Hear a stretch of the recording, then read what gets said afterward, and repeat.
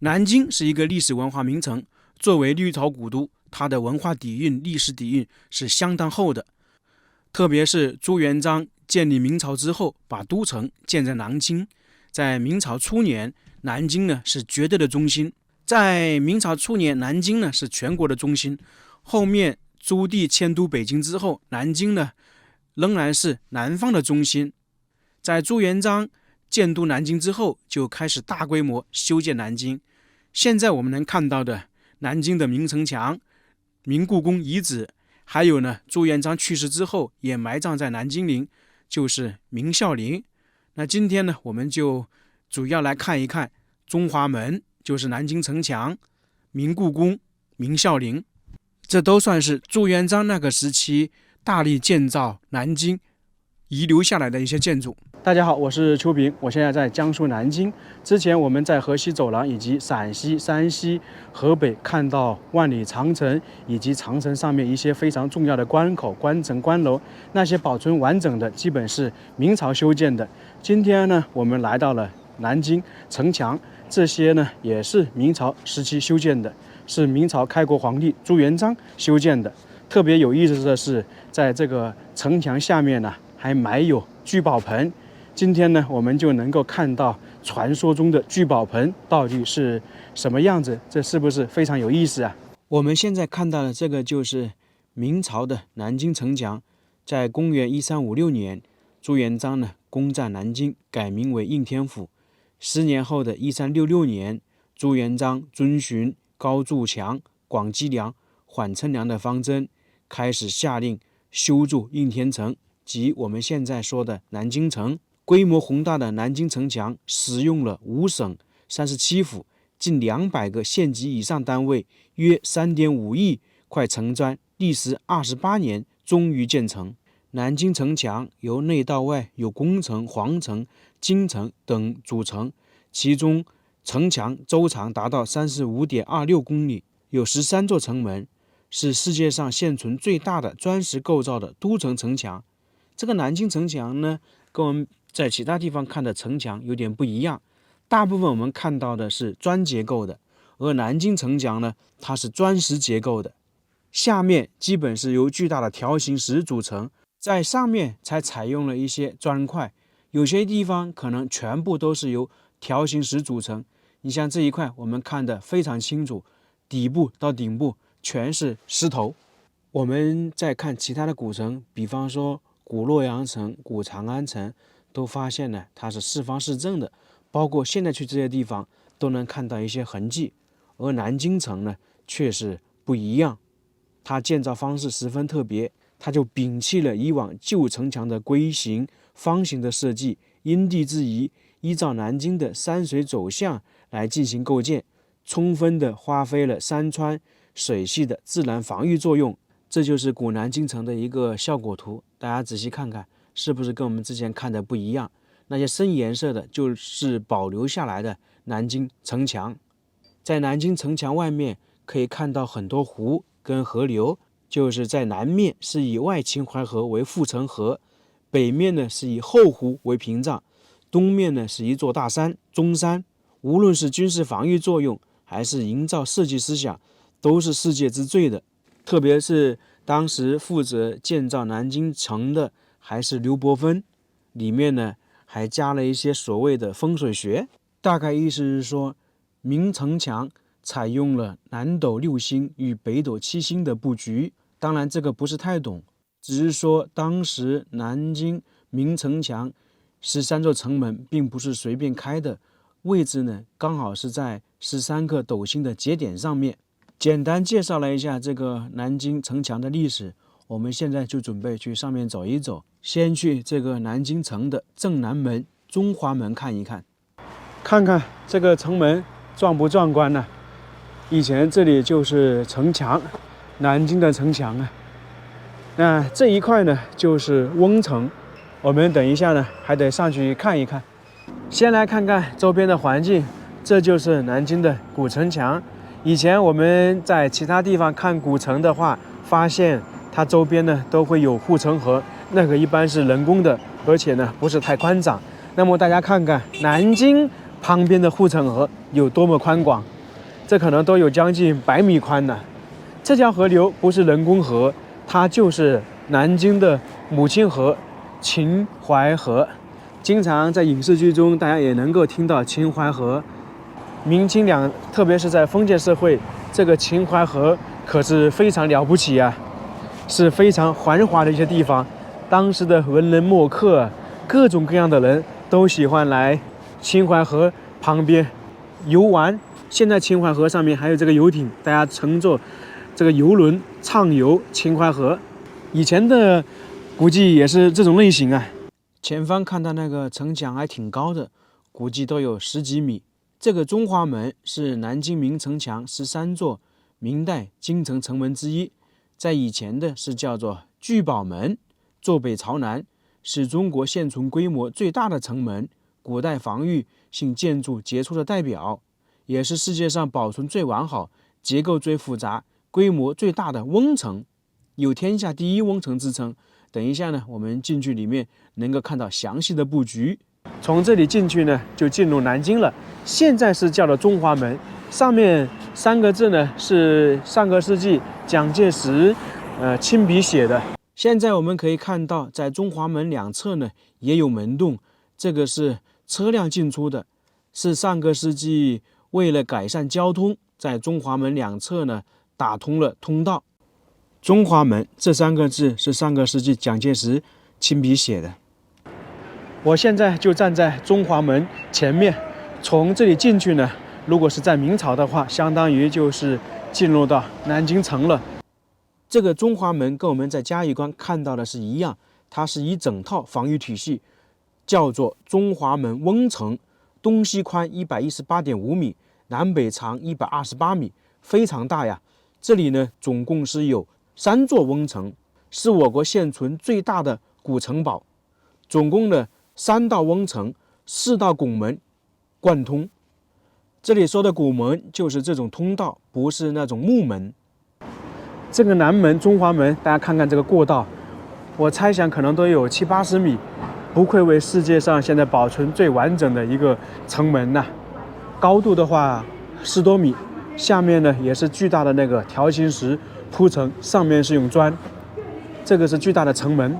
那么它这种城门防御体系是非常重要的。我们经常在影视剧中，如果有敌人攻打这个城门，会把这个撞破，就能够直接冲进去，进入到瓮城里面。而在南京这里是不现实的啊，它这里有好几道防御体系，这个门是1道，然后我们再看看旁边，这里还有一个凹槽，这个凹槽大家看看是干嘛的？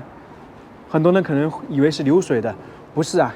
这个凹槽大概宽度是20厘米，那个深度18厘米。它这个呢也是一道防御体系，叫做千斤闸。中华门当时在每个门洞上面都设置了可上下启闭的闸门，又称千斤闸。千斤闸呢是城墙防御守备的重要部分。当敌人攻入瓮城之后，这些守城的官兵呢就可以迅速放下闸门，阻止敌军继续进入，同时呢可以切断退路，配合长兵洞城门的守军，可以有效的歼灭敌军。现在这个中华门的千斤闸已经不存在了，我们只能看到一些残留的痕迹。它这个开关呢是当时在顶部，在通道这里还有个小门进去，这就是长兵洞。整个这一块长兵洞非常多啊，在当时有2个作用。第一呢，就是储存物资，这个是平时的状态，因为这个城墙上所需要的物资也很多。那还有一点呢，暂时是用来藏兵的。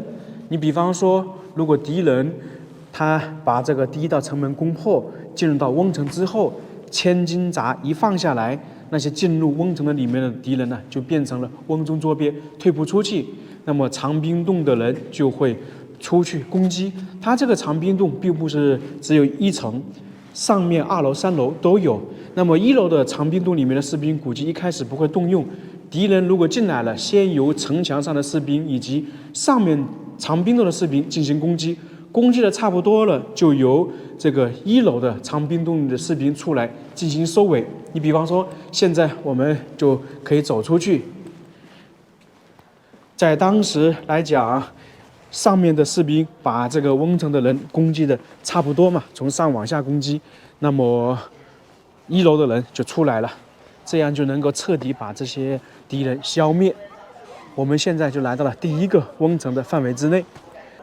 下面这些呢都是长滨洞，其中里面现在有一个呢是供奉的沈万三，财神沈万三嘛，因为明城墙呢跟沈万三有点关系。沈万三相信大家都不陌生了，他是明朝初年的首富。朱元璋平定了天下，在修建南京城的时候，由于财政不足啊，就得想办法。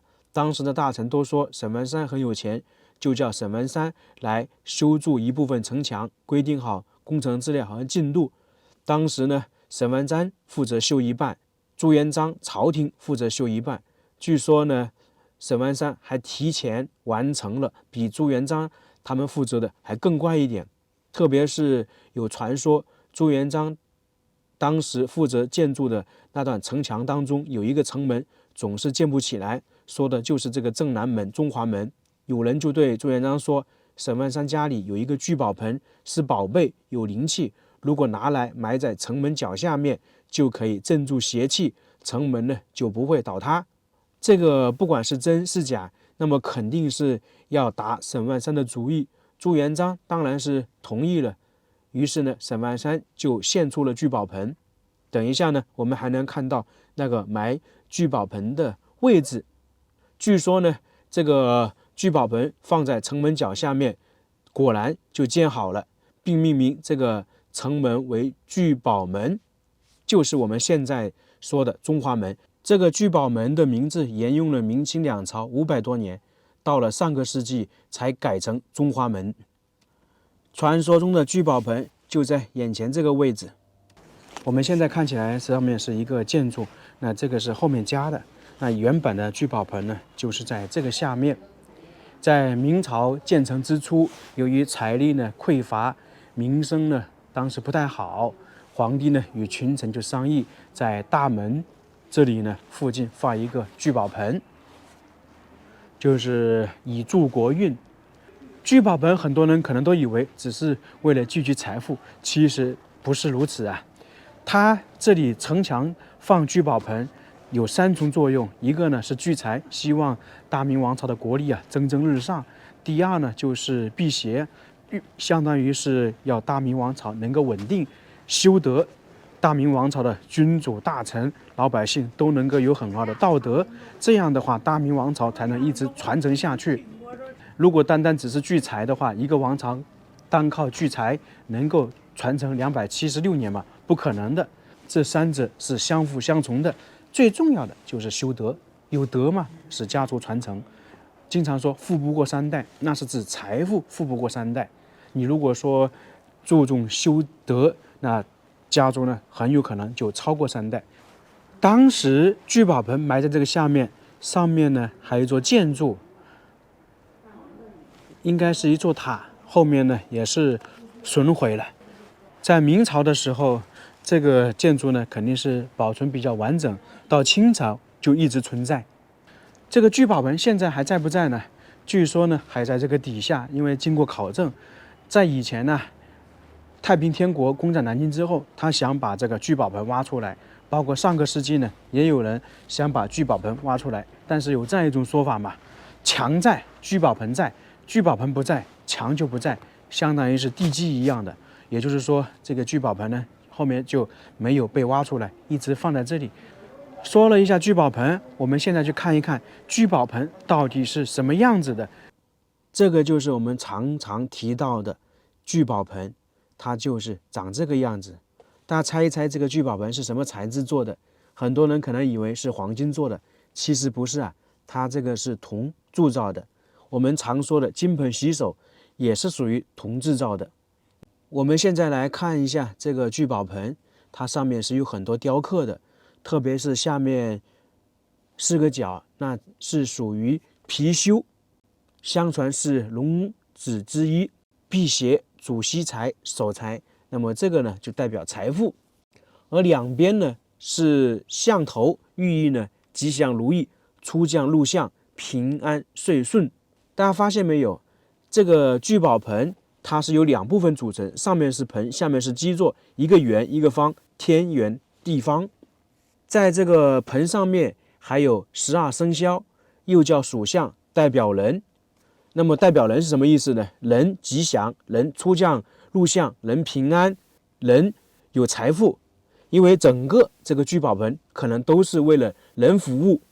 在上面呢还有回纹，相当于是富贵连绵，周而复始。说的简单一点，这个聚宝盆上面所有的雕刻都是有含义的。在这个聚宝盆里面还有铭文。整体而言，总的代表聚宝盆是我们一开始说的聚财、辟邪、修德。这样的话，综合起来才能使你这个家族传承一直下去。我听导游说，埋在城墙底下的聚宝盆就是这个样子的，也就是说沈万三的聚宝盆就是这个样子。因为传说沈万三的聚宝盆被朱元璋拿来放在这个城墙下面。看完了聚宝盆，我们再来看一看这个中华门。往前走一走，就是第2道拱门，在这个地方同样是拥有千斤闸的。比方说，如果敌人攻进这个瓮城，因为每一个瓮城的话不是太大，敌人就会一直往前走，那么这几道拱门上的千斤闸就可以把敌人分开出来，分割包围。这里呢就是第2个瓮城了，再过去一点就是第3个。这个下面没有什么特别的，我们现在就准备去城门上面看一看。这里有一个通道可以直接上去，这个不是原版的，是为了大家参观方便，管理处修建了这样一个通道上去。用的砖呢也是老砖，由于南京城墙它遗留了很多嘛，有一些那个砖的话就收集起来了。听导游说，这个库房里面还有50万块砖。那么以前他们是怎么上城墙呢？就是通过东西两侧的马道上来。将军呢是可以骑马，那普通的士兵可能就要走上来。那为什么叫马道呢？当时运送物资也可以用马拖着上来嘛。这个还是比较大的，这一块呢才是属于城内。这个瓮城旁边这一块范围，当时还是属于城外。在不远处呢就是那个夫子庙，然后这一块是一些徽派的建筑，老门东都在这里。在当时沈万三也居住在这一块，也就是说整个南门、中华门这附近呢是商业中心、居民区。来这边看一看，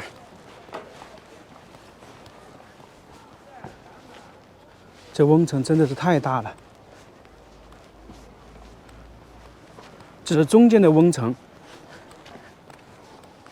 当时敌人也没想到他进入到里面，感觉能够快速的通过，但是没有想到啊，这是不行的。如果被瓮中捉鳖，就比较惨了。这是2楼的藏兵洞，现在都是做一些展览馆。那当时敌人如果来到这个瓮城里面，把那些千斤闸一放，那么在这藏兵洞里面的士兵就可以全部出来了，攻击下面的人。现在去3楼看一下，上面呢就是南京城墙了。我们刚刚站的这一块还都是属于中华门的地方。这个城墙上面好多砖都有字的，这写了洪武。这上面还摆放了一些武器，当时防御的设备。这些是明朝大炮，不知道是不是明朝保留下来的，反正看起来是有一定年代感的。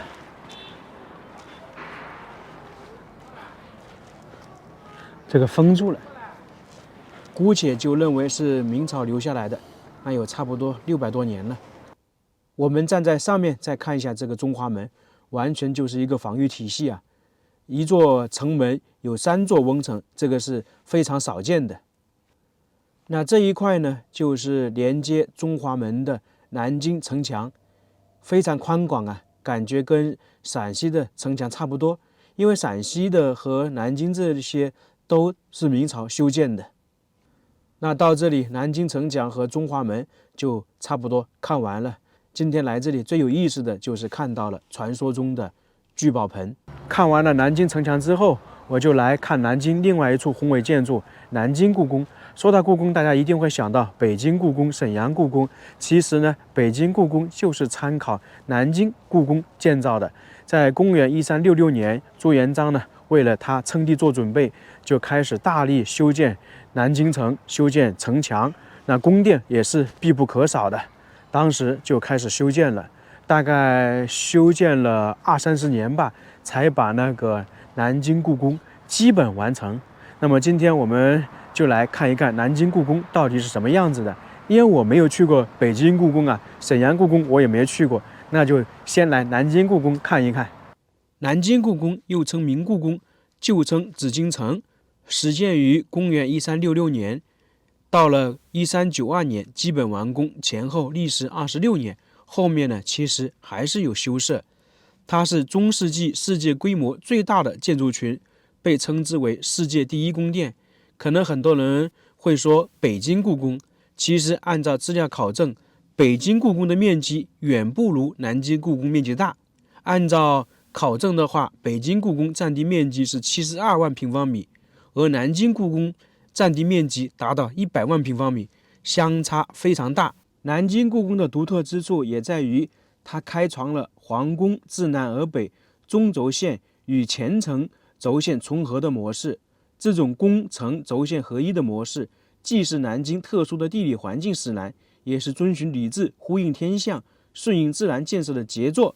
就相当于南京城的中轴线和南京故宫的中轴线是重合的。它这种建筑形式为后来北京城的建设以及北京故宫的建设提供了蓝本。不过非常可惜的就是南京故宫由于时间历史的关系，现在已经被损毁了。我们现在只能看到的是一些遗址。现在呢，已经来到南京故宫范围之内的，这里是免费参观，你刷一下身份证就可以了，交通也方便，地铁就在旁边。我们来到这里，首先看到的就是这样一栋宏伟的建筑，大家看起来是不是有点像城墙？这个不是啊，这是午门。听到午门，大家最熟悉的就是推出午门斩首。那么以前呢，真的就是如此。那这个午门的作用非常大，它有一点呢是整个皇城的正南门。我们经常在影视剧中说推出午门斩首，然后呢明朝有廷杖，都是在这个外面。还有一点呢，就是皇帝派大将出征，可能呢就是在这里举行欢送仪式。同时呢，如果大将去远征，他立了很多功劳，打胜了回来要献俘仪式，就会在这个地方。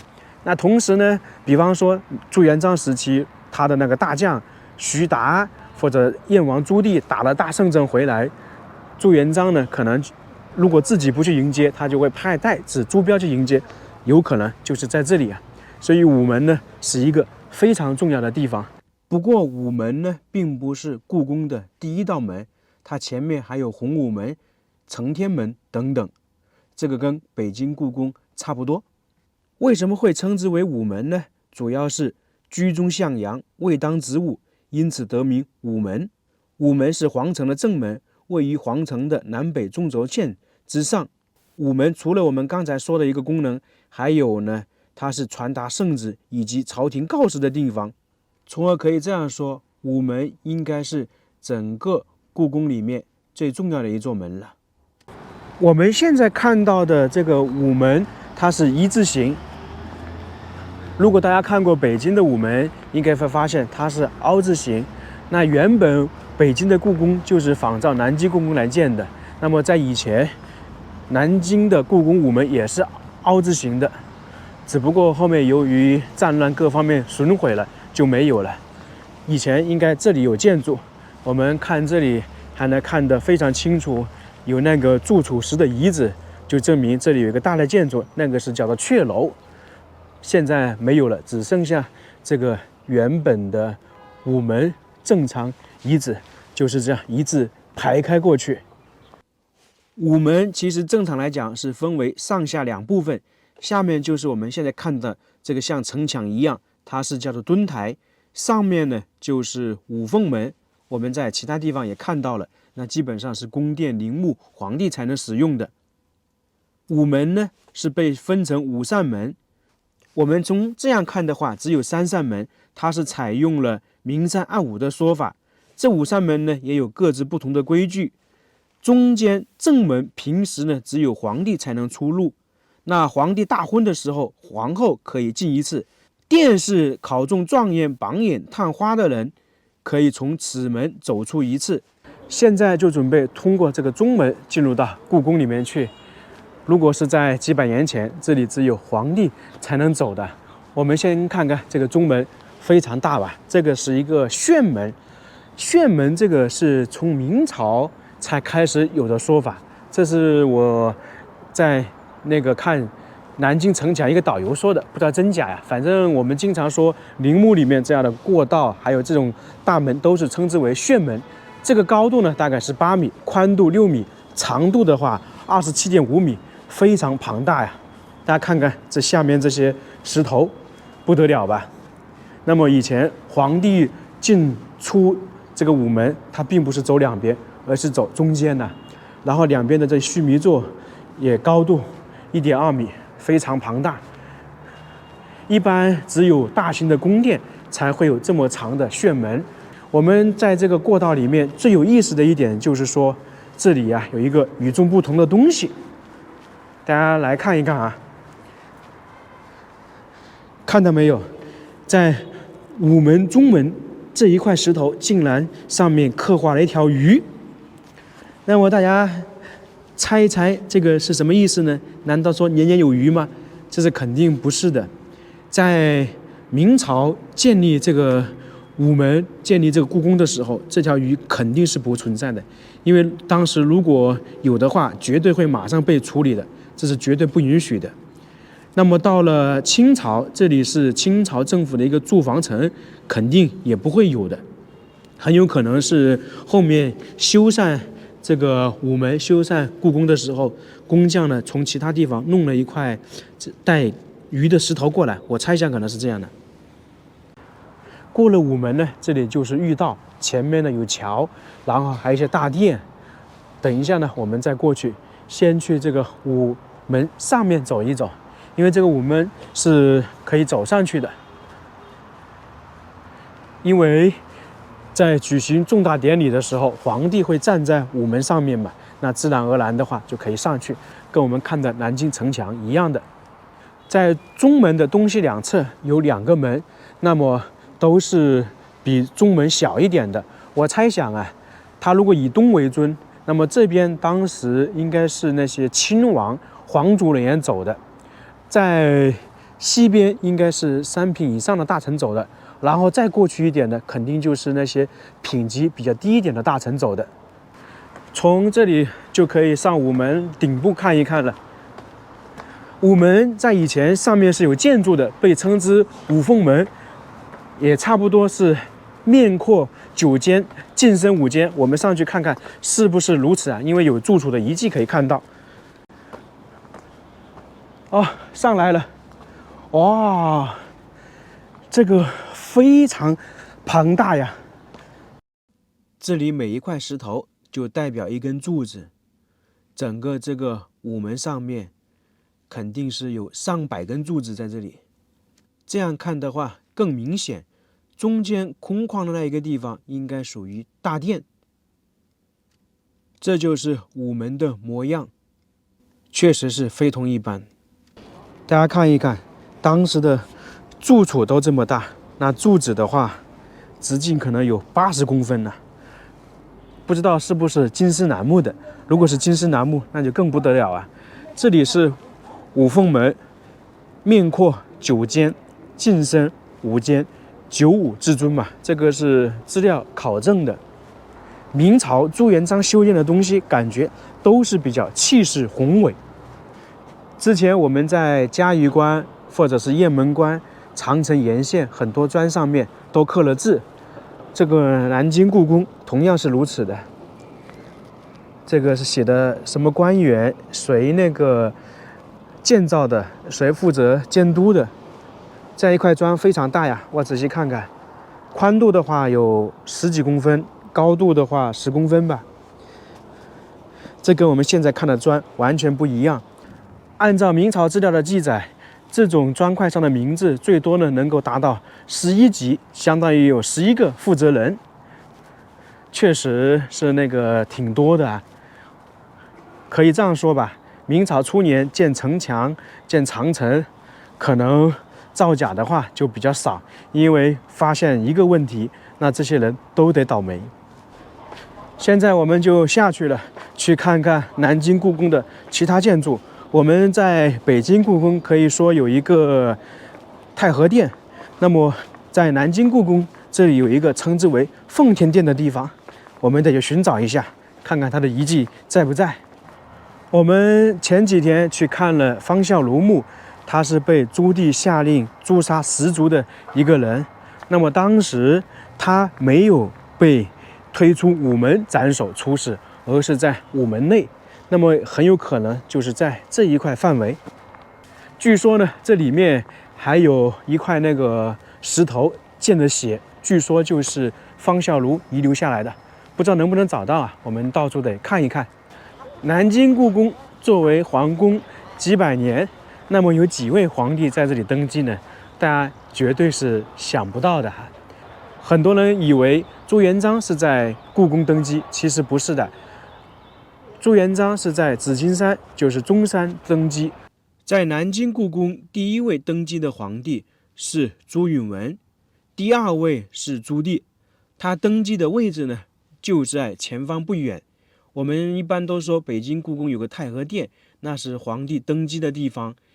在南京故宫是叫做奉天殿，前方这一块呢属于奉天门，算是奉天殿前面的一栋建筑，就跟我们在陵墓看到的凌恩门、凌恩殿、隆恩门、隆恩殿一样。那这个奉天门是干嘛的呢？它是皇帝御门听政的地方，相当于皇帝在这里上朝。我们经常看影视剧中，皇帝呢是在金銮殿里面上朝，其实呢碰到大潮，皇帝呢是在奉天门这里。如果大家去北京故宫看过的话，那个像清朝的皇帝是在太和殿的，那么皇帝在这里，大臣是在哪里呢？就刚才我们说的那个御道啊，那两边相当于是露天上朝啊。大朝的话，一般像5品以上官员得全部来；如果是小朝，在金銮殿里面的话，可能就是3品或者是4品官员以上吧。大家看看，这些就是遗址。这个石头是柱础石啊，比我们刚才在那个午门上面看到大得多。这个柱础石下面这个石头宽度是2米，上面那个柱子啊，很有可能有最少1米。相当大呀，可以想象奉天门这个地方的重要。那么奉天门呢，东西长58米，南北宽30米。在当时，皇帝呢就在这里接见大臣，也在这里议事。朱棣呢，在这个地方还招待过一些外国国王。当时不是个郑和下西洋吗？他带了一些外国国王过来，那个外国国王呢还在这边去世，安葬在南京。刚刚我们说方孝孺是在午门内被朱棣下令处死的，有一块血迹石，我们找到了，就在这里。方孝孺为什么被处死？我们前2天也说了，传说当时方孝孺的血迹呢，就是建在这个石头上面，石刻还刻有“明靖难忠臣血迹碑记”字样，一直流传着方孝孺是被朱棣下令杀了10族。我们之前的视频也分析了，10族应该是没有，3族有可能。看过了奉天门，现在我们去看一看奉天殿。前方这个区域呢，就是奉天殿。它以前呢是面阔9间，进深5间，是明代初年朱元璋、建文、朱棣3朝举行重大典礼和接受百官朝贺之所。奉天殿也是我们俗称的金銮殿。这个奉天殿呢，地面建筑已经完全没有了，地表仅剩部分柱础等残余构件。这个奉天殿，我们现在如果去北京故宫看的话，太和殿是非常庞大的。那其实南京故宫的这个奉天殿比北京故宫的太和殿还大。据考证，南京故宫奉天殿大概是70多米，而北京的是60多米。非常可惜，就是地面建筑没有了。我猜想当时建造这座大殿，可能采用的都是金丝楠木，因为北京朱棣的长陵都有金丝楠木，这里肯定也会有使用的。在奉天殿后面是华盖殿，这也是有它的作用的，是皇帝前往奉天殿休息的地方。每逢春节、冬至及皇帝的寿诞，均要在此先接受内阁大臣或者宫廷执事人员的参拜，再去奉天殿接受百官朝贺。在华盖殿后面就是景深殿，奉天殿、华盖殿、景深殿相当于就是前朝。基本上每一座大殿都有它的作用。在这些大殿旁边呢，还有文华殿、武英殿等等。经常说的文华殿大学士、武英殿大学士，就是以这些殿命名的。在这些大殿后面是皇帝和后妃生活起居的地方，名字叫做后庭。我们常说的前朝后寝就是这个意思。处在中轴线上面的是乾清宫、交泰宫、坤宁宫，这个大家都非常熟悉了。在左右两侧呢，还有御花园等等。整个南京故宫殿宇重重，雕梁画栋，金碧辉煌，气势恢宏。在明朝初年，作为朱元璋、朱允炆、朱棣3位皇帝的皇宫，长达54年之久。直到永乐19年，公元1421年，朱棣迁都北京，南京故宫呢正式结束王朝皇宫的使命。尽管迁都北京，但南京呢仍然作为陪都，是由皇族和重臣驻守，地位呢仍然十分重要。不过再怎么样，没有皇帝在这里，南京故宫呢就慢慢的破损，慢慢的萧条，特别是到了明朝中后期还遭到损坏。到了清朝，这里作为驻防城已经完全没有皇宫的职能了。到了咸丰时期，太平天国攻占天津之后，这个皇宫基本上就被损毁了。这个南京故宫现在我们是能参观，在600多年前，这里是绝对的禁地啊，普通人是绝对进不来的。走在这个故宫遗址当中，确实会有点不一样啊，仿佛呢脑海中有一个声音，让你见识到了大明王朝初年的那个波澜壮阔岁月。这个南京故宫修建的这么宏伟，这么有气势，朱元璋身边肯定是有高人呢。这个人大家都知道，就是当时的刘伯温。南京城墙、南京故宫应该都算是他主持修建的，选址也是由他。南京故宫差不多就看完了，因为现在这里只能算是一个遗址公园，没有太多的东西，我们只能介绍一部分。之前我看了很多清朝的帝陵，经常会说这样一句话：清朝的帝陵基本上是参考仿照明朝的陵墓来修建的。那么说到明朝的陵墓，就一定得来看一看朱元璋的明孝陵。今天刚好我就来到了这个地方。其实可以这样说，明孝陵的建成基本上使得明清两朝帝王陵格局是形成了，因为明清500多年20多位皇帝的陵墓基本上都是参考明孝陵来建造的。朱元璋大家都非常熟悉了，不过我们也简单介绍一下他的一生。他是明朝的开国皇帝，明太祖，1328年出生，去世于1398年，总共是活了71岁。当皇帝是1368年到1398年，在位31年，年号洪武，安徽凤阳人，原名是叫做朱重八。他不管是从年龄还是在位时间，在中国历史上皇帝榜上都是比较靠前的。朱元璋呢，大家都知道，他早年当过和尚，25岁呢参加那个郭子兴领导的红巾军，开始反抗元朝。到1368年，他登皇帝位，也就是说，他大概从和尚到皇帝用了14、15年的时间，了不起呀！朱元璋的一生功绩是非常大的。第一点就是他推翻了元朝，后面呢又继续北征，到了洪武10年（1377年），他平云南，逐渐的统一了全国。同时呢，他大搞移民屯田和军屯，减免赋税，丈量全国土地，清查户口。你像我们去到贵州或者云南，能够看到很多屯堡就是明朝遗留下来的，并且在贵州还有很多人穿着从明朝留下来的那种服装，这也是一种文化的体现。在文化上呢，他抓紧教育，建立了国子监，培养人才。反正在朱元璋手上呢，社会经济是得到了比较大的发展，史称洪武之治。到了1398年，洪武31年，朱元璋病逝，享年71岁。去世之后，他的庙号是太祖，葬于明孝陵，传位给他的孙子朱允炆。不过朱允炆当了4年皇帝之后，被朱棣推翻了，那皇位就来到了朱棣这一脉。这个明孝陵有一些建筑呢，是朱棣那个时期增建或者扩建的。这是大金门明孝陵的第一道正南门，它原来是黄色琉璃瓦的，由于年代久远呢，现在仅存砖石建造的墙壁。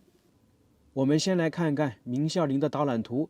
平时我们看到的陵墓呢，宝城宝顶在上面，那个神道一般是这样弯下来的，而它这里呢与众不同，从这一块，然后拐个直角，这样上去，又是一个弯，再上去，这个就比较奇特吧。这个在中国的帝王史上的陵墓啊，它应该也是独一份。大金门这里是有3个门洞，中间高，两边低。中间就是帝后的棺椁，从这里进去，两侧呢是文武大臣以及后面的皇帝其祭祀走的通道。在大金门两侧呢，还有周长45里的红墙，它包围着整个明孝陵，因此呢，这个大金门也称之为大红门。那大红门、大金门是从朱元璋这个时候开始的。过了大红门，前方呢就是一个硕大的建筑。在明朝的时候，这里是绝对的禁地，没有这样的道路。现在呢，是为了上中山景区方便，就有这样的道路出来。来到南京这里，真的是可以发现到处都有梧桐树。南京赏秋是非常不错的。前方这栋建筑呢，是进入孝陵的第2栋建筑，看起来非常庞大吧？这个在明清的很多帝王陵都有啊，它是叫做神功圣德碑楼。这个楼呢也叫做四方城，相当于是一个城市一样的。这是我迄今为止见过最大的神道圣德碑楼，也就叫神道碑亭吧，应该也是说现在中国保存下来的最大的一座。这座碑楼大家猜一猜是什么时候修建的？并不是朱元璋去世之后朱允炆给他修建的，也不是朱元璋去世之前修建的，而是朱棣当上皇帝之后给他修建的。为什么会修建？因为朱棣大家都知道他是属于起兵造反夺得帝位嘛，那么他对他父亲这个陵墓呢特别重视，大概是朱元璋去世了15年、16年修建的，也就是明朝永乐11年。现在去里面看一看，这里呢也有丹壁石龙，600多年了。这一块呢就是神功圣德碑，上面是2746个字吧，是朱棣亲自撰写的，命人雕刻在上面。碧溪驼碑、神功圣德碑，这个是南京地区最大的一块古碑，非常庞大呀。这种巨大无比的碑非常少见了，是南京地区的，国内肯定是称不上的。我们在武当山就能够看到与之媲美的这种碑，然后在其他一些帝王陵呢也有这样巨大的。现在我们就来看一看明孝陵的神道和石像生，它这一块的这些石像啊也是非常与众不同，分为2段。我们现在所在的是第1段位置，长度大概是615米，这里排放的是狮子、谢豸、骆驼、象、麒麟和马。大家发现没有，马啊、狮子、麒麟很常见，而骆驼以及大象呢，在其他陵墓是看不到的，在这里却有了，这是应该算是开创者。还有一点呢，它这里的石像是2对4只一对站立，一段呢是跪着，这个也是有说法的。第一种是狮子，狮子是非常常见。你像我们看的地主大院、晋商大院、宫殿门口、陵墓前都会有狮子。狮子是百兽之王，在这里呢是显示着帝王的威严，它是皇权的象征。这个明孝陵的神道，它分为2部分，有2个名字。第一段呢叫石像路，第二段呢叫翁仲路。这个不知道是现在取的还是以前就有。这里每种石像都是2跪2立，这块呢就是站立的。它2跪2立是有一种说法，跪着代表臣服，站着代表敬重，不知道真假呀，反正是有这样的说法。这里是明孝陵的神道，但也是一个打卡的好的地方。秋天来了，这里是非常漂亮的。我刚才一看到好多人排着队在这里打卡拍照，特别多的女孩子，包括从外面进来的时候也都在说那个石像路怎么走怎么走。第二种石像呢是谢豸，也是我们常说的独角兽，这个看到的比较少啊，一般是狮子占多数，老虎占多数。谢豸也是一种神兽，独角、狮身、青毛，秉性忠直，明辨是非，彰显着正义。这一只谢豸挺好玩的，我一开始看到以为这里是有水呢，没想到这个是包浆了，就是摸得比较光滑，这挺好玩的。这摸的真光滑，以前还可能有人坐在上面，这明显看得出来。不光是这里啊，还有一点，你像这上面有各种条纹，感觉就像是那种狮子上的一个纹路一样的，血管一样的，就看手上的条纹一样。这些石像全部是由一整块石头雕刻而成的，工匠的技艺确实是非常高超。再下一组呢，就是骆驼。我们在大西北看到很多骆驼，陵墓前放骆驼呢是比较少，是不是明孝陵的首创呢？这个倒不是啊。据记载，在东汉的时期，墓前就会放一些骆驼，但是我们在唐、宋是没有看到的。骆驼是表示大明疆域辽阔，皇帝呢威震四方。为什么会有这样的代表呢？因为当时明朝的首都是在南京，而骆驼呢这些是在大西北西域方向，把那边的动物放过来，这就代表了大明的疆域辽阔嘛，统治了河西走廊，到达西域那边。下一组的石像是大象，在陵墓前放大象，这个是朱元璋的首创。大象呢是兽中巨物，非常庞大，这里呢都比人还高。它的四腿粗壮有力，坚如磐石，表示国家江山的稳固。那么放在这里呢，就是朱元璋希望他的大明江山能够稳固，一直传承下去。这个大象太大了，在陵墓前放这么巨大的石像是少之又少，基本上只有唐朝一些极少数的帝陵才能与之媲美。仔细看看下面这个腿跟这个象鼻子都是庞大无比呀，这个腿一个人可能都抱不住。第一段神道上的石像，最后的就是麒麟和马了，这个没有什么特别之处，因为看到的比较多，比较正常。主要就是刚才那些骆驼和象是很少见的。麒麟呢，自古以来就是一种瑞兽，那么在这里呢，象征着仁义之君和吉祥、光明等等。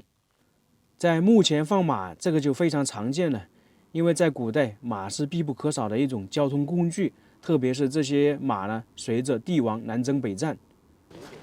这里就结束了，明显的可以看到前面拐了一个大弯，那么就进入到神道的第2段。前方看到那2根柱子呢，就是十望柱，这也是明孝陵的独特之处。因为我们平时看十望柱的话，都是在神道的开始之处，而这里呢是在神道的中间。尽管我们现在说这个神道呢是分为2段，其实在明朝那个时期，神道还是整的一条。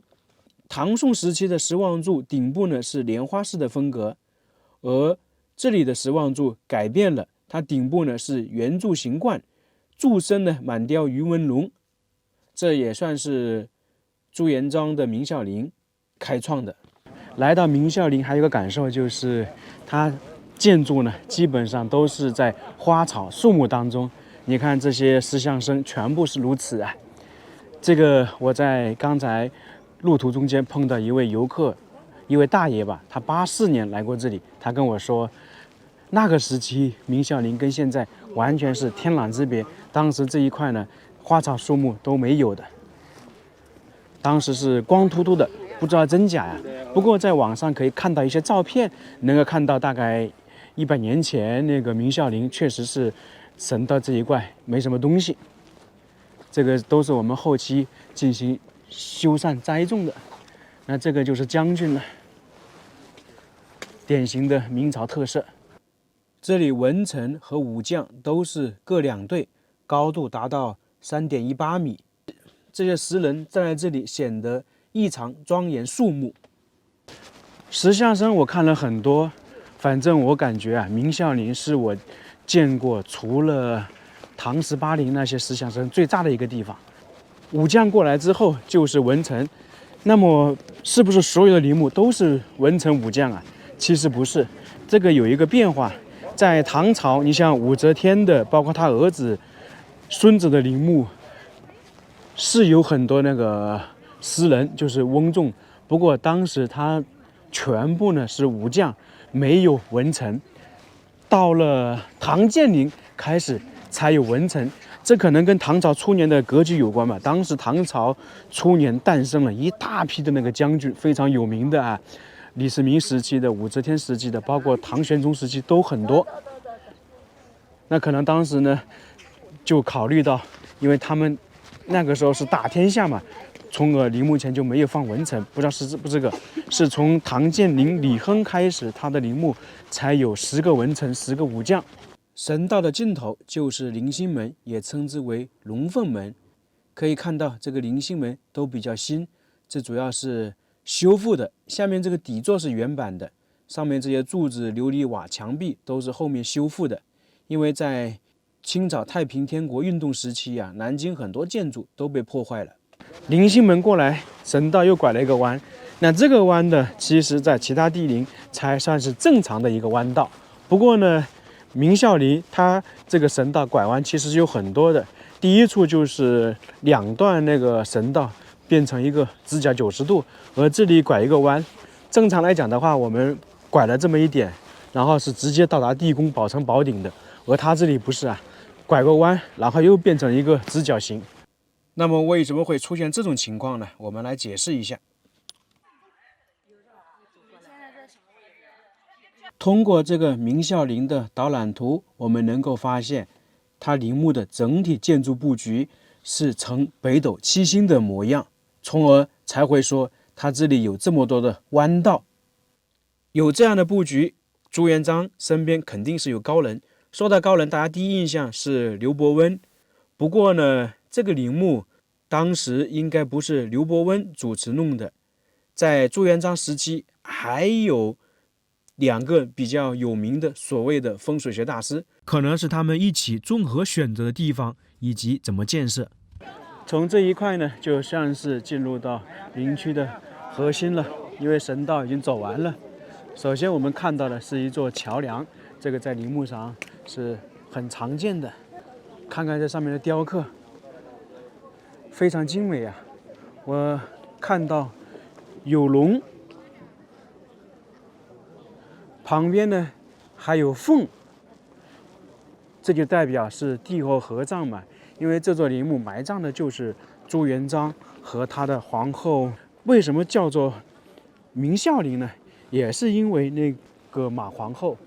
马皇后呢是朱元璋的结发妻子，经常有这样一句说法是吧？朱元璋只有1位妻子1个儿子，其他的都是为了帝国的需要。儿子呢就是朱标嘛。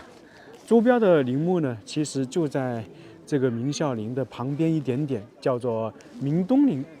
明孝陵的建造时间是从洪武14年（公元1381年）开始建造，到了公元1382年，马皇后就去世了。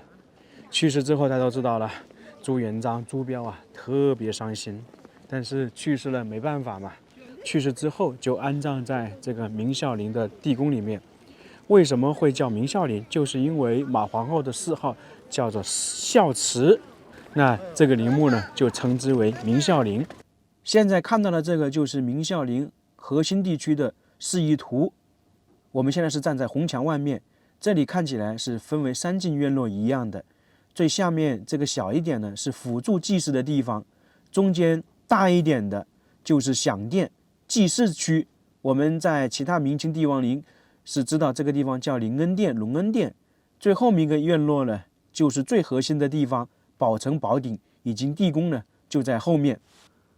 这座陵墓是当时朱标主持修建的，包括朱元璋的祖陵安徽那一边的陵墓也是朱标主持修建的。明朝初年很多事情可以说是朱标干的。我们经常说的明朝初年的几个大案子，伏庸威、空印案等等，很多人说是朱元璋杀人如麻，其实那几个案子啊，基本都是朱标主持办理的，只是说朱标跟朱元璋两父子呢，一个唱红脸，一个唱黑脸一样。在历史上把朱标说成是很仁义、温文尔雅，这个是没错的。但是呢，朱标另外一面也跟他父亲差不多，很果断，杀伐果断。不过非常可惜的就是朱标呢也是英年早逝，在洪武25年，就是在公元1392年的时候去世了。朱元璋作为开国皇帝，但其实呢他也算是比较悲惨的。我们经常说的少年丧父丧母，中年丧妻，晚年丧子，加上丧孙，这个是人生几大悲事，而朱元璋呢全部占了。马皇后是他的结发妻子，相濡以沫，去世的很早，他的嫡长孙也去世的很早。朱标呢是朱元璋培养了几十年的人，也去世了。你想一想，如果是一般人早就崩溃了，而朱元璋呢还要强撑着继续处理这个国家，确实不容易也不简单的一个人物。前方是进入孝陵主体部分的第一道门，文武方门，它总共是有5孔门洞，也是高低不同。中间的最高，两侧的话稍微低一点，最两边的就最低，体现了陵寝建筑中的尊卑关系和不同的使用功能。中间呢是专供皇帝行走，左右两侧呢是供宗亲和皇室成员行走，最两侧的就是文武大臣行走。不过呢，这个我们看到的也是经过重修的，原版的也是在太平天国时期损坏了。在明清时期，封建礼法是特别森严，全部都是有规定的。从这里进去呢，就是明孝陵的主体建筑了，也就是我们刚刚说的第一进院落。在示意图上面看到这个位置不是太大，但是实际走进来发现面积也挺大的，只是说可能比后面享殿包括宝城宝鼎那一块范围小一点点。前面这栋建筑叫做碑殿，不是明朝修建的，它是建于清朝康熙年间，1699年，康熙第3次南巡，他来拜谒明孝陵，见这里呢很多建筑啊都有点损坏倒塌了，于是下令呢就将明孝陵修缮一番，并且呢在这个地方建了一座殿。为什么会建殿呢？主要是当时康熙写了几个字，立了一块碑在这里，有碑那就有碑亭，从而就有这栋建筑。治隆唐宋，这就是康熙写的，他主要是赞扬了朱元璋的治国手段超过唐太宗李世民和宋太宗赵匡胤，由当时的曹营制成巨匾，挂在后面的享殿里面，同时呢建造了这样一块巨碑。我们现在看到这块碑呢，不是康熙时期的，是清朝同治年间重新刻的，原本的最早的可能已经损坏了，包括我们现在看的这个也是断过，重新把它弄成一起的。碑额呢已经不见了。不光是康熙拜谒过明孝陵，乾隆也拜谒过。你像碑旁边的一些字就是乾隆写的。康熙和乾隆来拜谒明孝陵，可能是为了统治的需要，但是实际来讲，康熙也好，乾隆也好，他们也都是比较佩服朱元璋的。过了碑殿，就是明孝陵的主体建筑享殿。单单看这些就能够想象得出来，享殿规模巨大无比。眼前这些呢，还不是享殿的主体建筑，因为享殿呢是木构建筑，而下面这些呢是它的基座，3层的。单单看这些石材，当时就是规模很大。享殿的作用是干嘛的呢？摆放皇帝的牌位、皇后的牌位以及屏风的，就相当于是祭祀的地方。朱元璋去世之后，历朝历代的皇帝来这里祭祀的话，就是到享殿这里，差不多就结束了，里面就不会去了。这个是有一定的礼制的。那么这个享殿为什么在明清的帝王陵很少见得到呢？它只是说名字不一样。在明朝早期的话，一直都是叫享殿，只是说到了嘉靖皇帝呢，他把享殿改了个名字，叫做灵恩殿。从而我们在明13陵看到的那个都是叫做灵恩殿，有这么一段历史。那清朝基本上帝陵是延续了明朝的一种规制，那从而呢就把灵恩殿叫做隆恩殿。看看这些都是龙头啊，它排水应该也是这里，可以看到有个小孔，这一块就没有排水。它排水的话，主要是靠这些小龙。这座享殿呢，也是被毁了，是在清朝咸丰时期被毁了。为什么被毁？大家猜得到吧？当时有个太平天国运动，这南京的很多建筑呢都被损坏了。像这些呢，都是有600多年了。这个围栏上面的雕刻也是非常精美，都是镂空雕刻的。这里基本上是龙和凤的组合，因为这座陵墓呢，主体就是龙凤、皇后和皇帝。那么可以看到旁边还有一些建筑的遗址，这些就是东西配殿。我们看清朝的帝王陵非常明显的，隆恩殿旁边的都有东西配殿。这里呢，基本上就摆放那个祭祀用的东西，还有一个作用呢，那些大臣或者是皇家来祭祀，他要休息，也是临时在这些地方。可以看得出来，有很大的石头，那个是住处，估计是跟那个享殿同时期被毁了。上来了，可以看到有很多巨大无比的那个住处。那么这个享殿，从这个规模可以看的话，大概是面阔9间，进深5间，9五至尊，在这里体现的淋漓尽致了。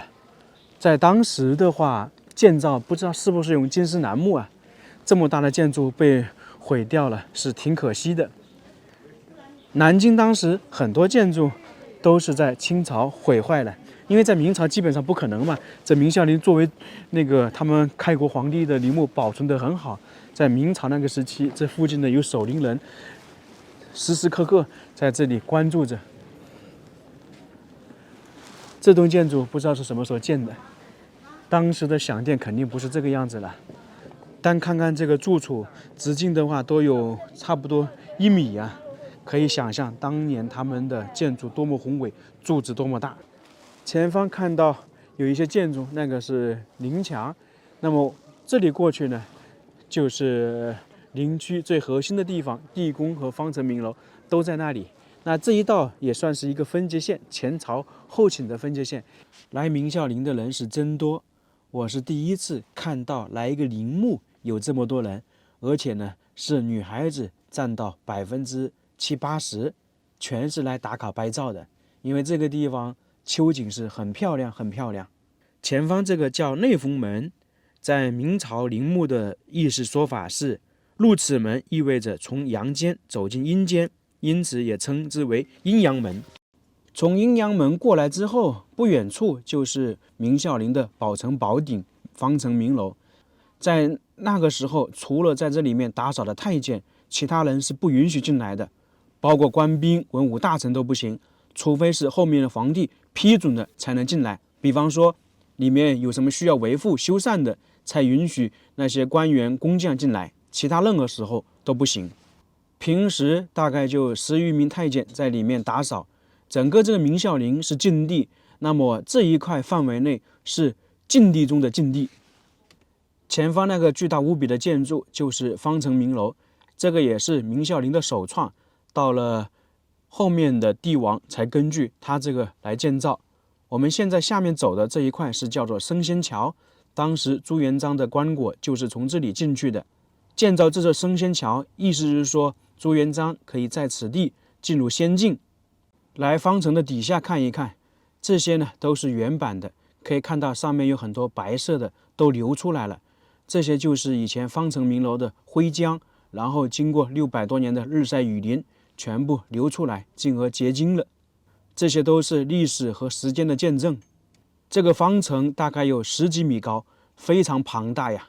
从空中画面可以看到，这个方城明楼是我迄今为止见过最大的。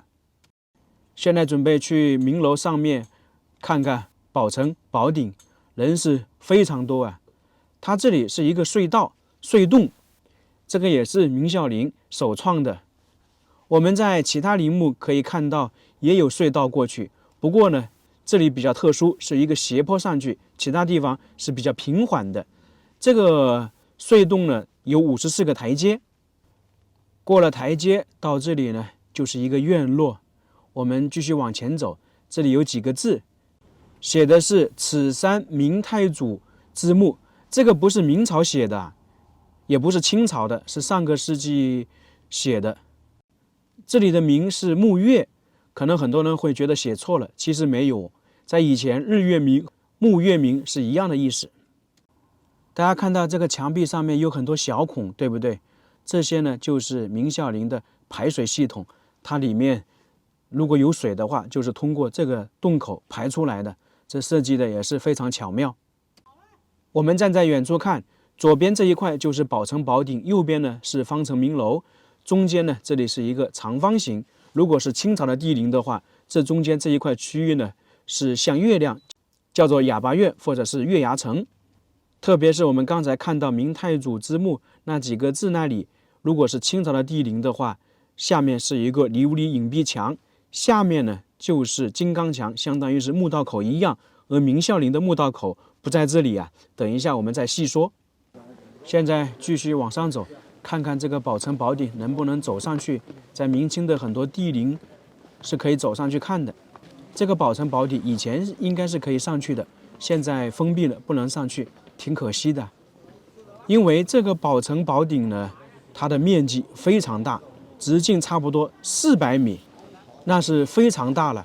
可能明清很多帝陵的话，2、3个宝顶都没有这个大。我们继续往上走，看看那个明楼。大家这样看，这个明楼是不是非常壮观、非常庞大？其实也是新修缮的，原本的也是同样被毁了，原因跟刚才我们说的差不多。方城上面现在已经没有什么其他的东西了。来到明孝陵，大家可能最感兴趣的就是方城明楼后面的宝城宝顶下面的地宫到底埋葬了多少人，有没有被盗？现在呢，我们就来一一的揭示这些谜底。明孝陵是帝后合葬，但是不单单只埋葬了朱元璋和马皇后，因为朱元璋当时重新开启了殉葬制度，在朱元璋去世之后，他的很多嫔妃都殉葬了，也就是说，这个地宫里面埋葬了很多人。按照一些考证的话，殉葬的嫔妃有40多个，差不多是46个。那加上朱元璋和马皇后，将近50位。具体的数据肯定是不太清楚，但是通过这些笼统的，能够得出里面的人数是非常多的。关于朱元璋的这个地宫有没有被盗呢？专家经过考证，经过先进的仪器探索，地宫里面呢，差不多是有4000个平米。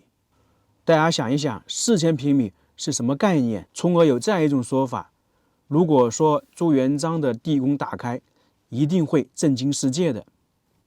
经过专家的考证，朱元璋的陵墓没有被盗啊。为什么没有被盗？不是说没有人想盗明孝陵，而是实力不允许，他盗不了明孝陵。这主要是跟这座地宫的设计有关。我们从远处看，在方城名楼后面就像是一座小山，它这座地宫呢就叫独龙腹，也可以称得上是阴山为陵。它这个地宫呢开凿方向呢是东西走向，它墓道的设计方式就不一样。我们看清帝陵的它的墓道口就是在琉璃影壁墙，然后往前延伸，一般是在那个隧道里面，而朱元璋的墓道口呢却是不一样。清朝的帝陵的墓道口基本上是正南方向，我们去了很多清帝陵，就可以看到在这个隧道中间呢有一个花纹，就像右边这里，就基本上能够确定它的墓道口。而明孝陵的它这个墓道口呢是在东南方向，就是在这个隧道旁边的城墙里面，这个一般人是找不到的。第二点呢，就是它这个宝城宝顶上面有很多鹅卵石，如果说盗墓贼想从上面打盗洞的话，鹅卵石加上里面的沙子、一些泥土的话，很容易就下去，从而呢，盗墓贼就不可能打盗洞进去。如果你要进入地宫，就必须通过墓道口进去。还有一点呢，就是对明孝陵的保护。明朝就不用讲了，这里是禁地，外人呢进不来，随时都有军队把守。到了清朝，也是对明孝陵进行保护，也有军队镇守。那到了上个世纪民国时期，中山陵在这里，然后明孝陵又挨着中山陵，这个也是属于保护区域。那到了现在就更不用讲了，从而说明孝陵到现在600多年，它的地宫依然没有被盗。大家看看远处那里，如果不说那是宝城宝顶，一般人都认为就是一座山。那明孝陵到这里我们就差不多看完了。整座陵墓呢，它确实开创了很多东西，奠定了明清两朝500多年帝陵的规模、形制等等。看完了明孝陵，我们来旁边转一转，这里呢还有一座陵墓，它是叫做明东陵，主要是由于它在明孝陵的东侧。这座陵墓的主人就是历史上地位最稳固的太子朱标的墓。朱标是朱元璋和马皇后的嫡长子，在历史上也是赫赫有名。在中国历史上有3位皇长子，也可以说是太子嘛，大家对他们不平，觉得非常可惜。第一位呢就是秦始皇的长子扶苏，第二位呢就是汉武帝的长子刘据，第三个就是朱元璋的长子朱标。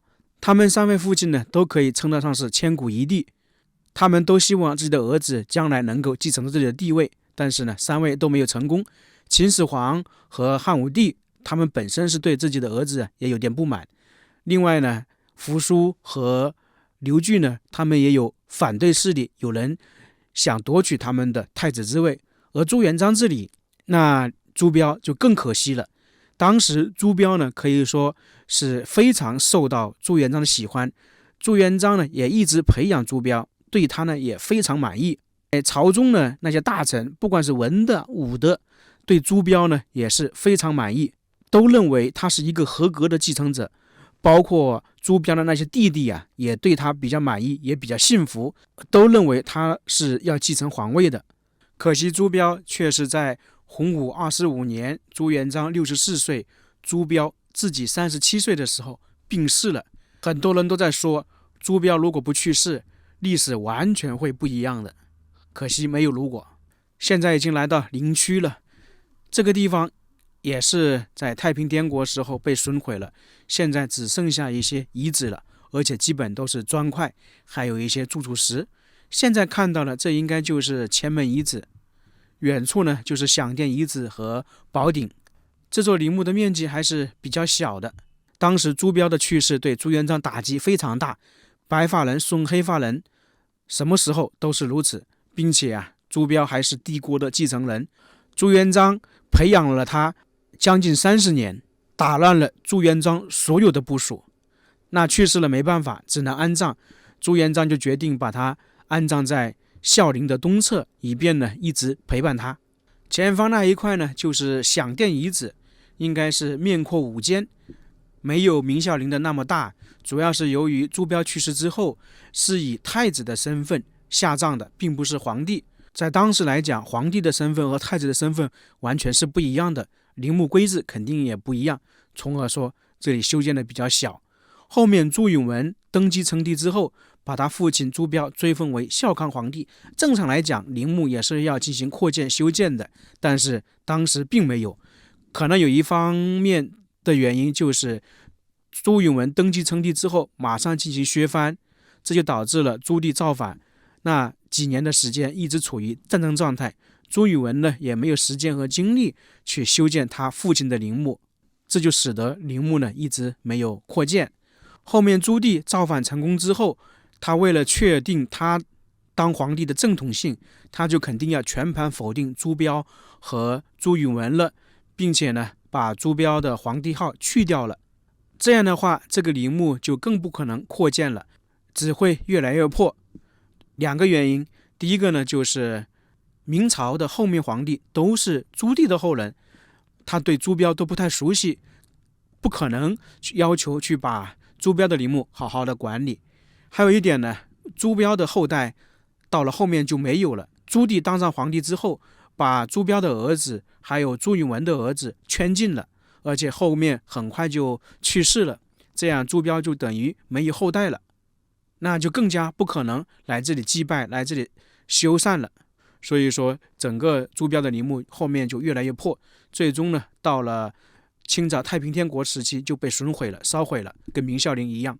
前方那里稍微高一点的就是朱标的封土，它是没有方城和明楼的，地宫就在下面。按照资料考证，地宫也是没有被盗的，保存完整，跟朱元璋的明孝陵是一样的。我们都在说朱标非常可惜，那么大家有没有想过，朱元璋啊，他尽管说创立了大明王朝，当了几十年皇帝，那其实他的命运算起来也是挺悲惨的。我们经常说年少丧母丧父，中年丧妻，晚年丧子，这个是非常悲惨的，而朱元璋这些全部经历了。他还得加一条，他3个儿子是连续去世了，并且他的嫡长孙也去世了，你说能不悲惨吗？年少的时候父母去世，没有地方安葬，是求爷爷告奶奶，最终呢邻居看他可怜，给了一点点荒地让他埋葬父母。后面他哥嫂去世了，他没有办法，只能去当和尚，结果由于时代的关系，在寺庙里面也没法待，他只能去讨饭要饭，做流浪汉。后面呢是参加了起义军，遇到了马皇后，一步一步发展，最终成为明朝的开国皇帝。在当时来讲，朱元璋是成功的。可是后面来到了洪武15年，首先是他的嫡长孙去世，接着他的原配妻子马皇后病逝。那再过了10年，他寄予厚望的长子太子朱标去世，然后又过了几年，他的第2个儿子、第3个儿子相继去世。你说作为一个60、70岁的老人，能不痛苦吗？还好是他坚强啊，为了他这个帝国的传承，他只能坚持下去。如果是一般人，早就被击垮了。所以说朱元璋他的一生算起来也算是悲惨的。关键是他死后他的后代又相继残杀了。明史还有很多人都认为朱元璋比较残暴，滥杀无辜，杀了很多人。其实按照当时的时代背景来讲，朱元璋呢并不称得上是滥杀无辜。在明朝初年，空印案、胡惟庸案还有郭华案，真正算起来是由朱标主导。因为在当时来讲，朱标基本上可以决定朝廷的大部分事情，只不过呢，朱标认为有一些人可以不杀，而朱元璋认为既然参与了就全部要杀掉。那当时有这样的说法，或者说现在有这样的说法，朱元璋说杀10个人，朱标说杀8个人，人们呢当时的朝臣就认为朱标仁义。其实朱标是一个外柔内刚的人，你说如果朱标没有能力，他驾驭不了这么多人，朱元璋怎么可能让他安安稳稳的做太子，并且对他很满意呢？并且当时的大臣也全部满意朱标。朱标在世的时候，他那些弟弟是没有任何的二心的。如果朱标在世，就没有后来的明成祖，只有朱标的一个大将军。反正朱标确实挺可惜的。那南京这个主要关于朱元璋的3座建筑我们就看完了，非常感谢大家，我们下个视频再见。